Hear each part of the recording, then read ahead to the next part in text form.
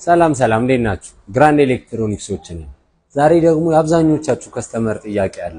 ምንድነው ይሄም ዲስፕሌይ ላይ ስናየው ቴሌቪዥኑ በጣም ስክሪን ኳሊቲው ሃይ ሆኖ እንደገና ደግሞ ቤት ስናስገባቸው ደግሞ በጣም ሎ የሆነ ኳሊቲ እናገኛለን የሚል ነው።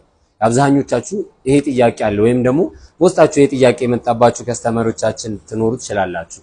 እና አሁን ለምሳሌ እዚህ ጋር የምናየው ኦርቢት ነው ደብል ስክሪን በጣም ሃይ ኳሊቲ የሆነ ፉል ሃይ ዴፊኒሽን ስማርት ቴሌቪዥን ነው።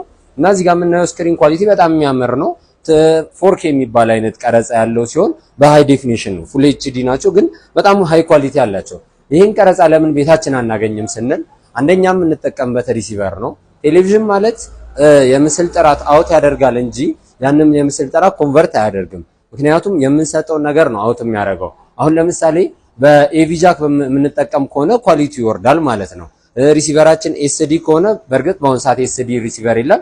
ኤስዲ ሪሲቨር ከሆነ የምንጠቀመው ያም ኤስዲ ሪሲቨር ኳሊቲው ሊወርድብን ይችላል። ኤችዲ ሪሲቨር ስንጠቀም ኤችዲ ኳሊቲ ይሰጠናል። 4K ሪሲቨር ስንጠቀም ደግሞ 4K ኳሊቲ ይሰጠናል። ወይም ደግሞ ቴሌቪዥናችን 4K ሳይሆን ፉል ኤችዲ ሆኖ 4K ሪሲቨር በምንጠቀምበት ጊዜ እዚህ ጋር የምናገኘው ኳሊቲ ምን ይሆናል ማለት ነው?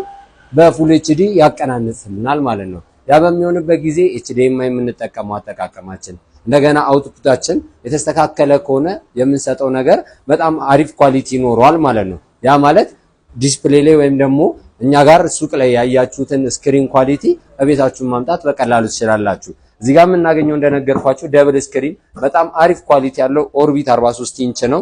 ዶልቢ ኦዲዮን ያላቸው እንደገና ደግሞ የተለያዩ የዩቲዩብ ቪዲዮዎችን በቀላሉ ገብተን ማየት እንችላለን።